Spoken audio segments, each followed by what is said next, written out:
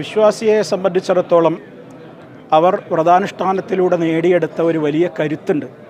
ആ കരുത്ത് ലോകത്ത് എന്ത് സംഭവിക്കുന്നതും സ്രഷ്ടാവിൻ്റെ തീരുമാനങ്ങളാണ് എന്നുള്ള ഉറച്ച വിശ്വാസമാണ്. ആ വിശ്വാസത്തിൽ അധിഷ്ഠിതമായിക്കൊണ്ടാണ് അവൻ കൃത്യമായി തന്നെ മുന്നോട്ട് പോകുന്നത്.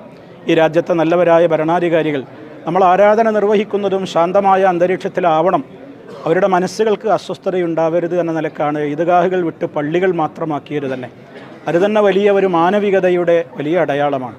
അതുകൊണ്ട് സമൂഹത്തിൽ കേൾക്കുന്ന ഇപ്പോഴത്തെ ഈ അശാന്തിയുടേതായ അഭ്യൂഹങ്ങളും കിംവദന്തികളുമൊന്നും നമ്മൾ ഒരിക്കലും പ്രചരിപ്പിക്കരുത്. ഈ രാജ്യത്തെ ഭരണകൂടം നമുക്ക് ഔദ്യോഗികമായി പുറത്തുവിടുന്ന വാർത്തകൾ മാത്രമേ ഷെയർ ചെയ്യാവൂ. അല്ലാത്തത് കടുത്ത കുറ്റമാണെന്ന് എല്ലാവരും മനസ്സിലാക്കിയിരിക്കേണ്ടതുണ്ട്.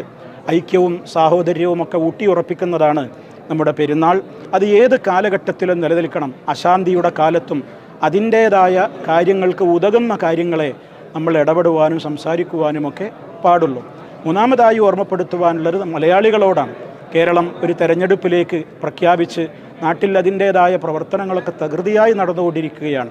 വിശ്വാസികൾ ഒരു മാസക്കാലം അവർ വലിയ നിയന്ത്രണത്തിലായിരുന്നു. നാവ് നിയന്ത്രിച്ചു, കണ്ണ് നിയന്ത്രിച്ചു, വാക്കുകൾ നിയന്ത്രിച്ചു, നോക്കുകൾ നിയന്ത്രിച്ചു, എല്ലാം. അതേ അവസരത്തിൽ രാഷ്ട്രീയമല്ലേ, അവിടെ നമുക്ക് എന്തും ആവാം, ആരെയും എന്ത് തെറിയും പറയാം എന്നുള്ള ഒരവസ്ഥയിലേക്കൊന്നും അവിശുദ്ധമായ ഒരു രാഷ്ട്രീയ ഇടപെടലുകൾ ഉണ്ടാവരുത്.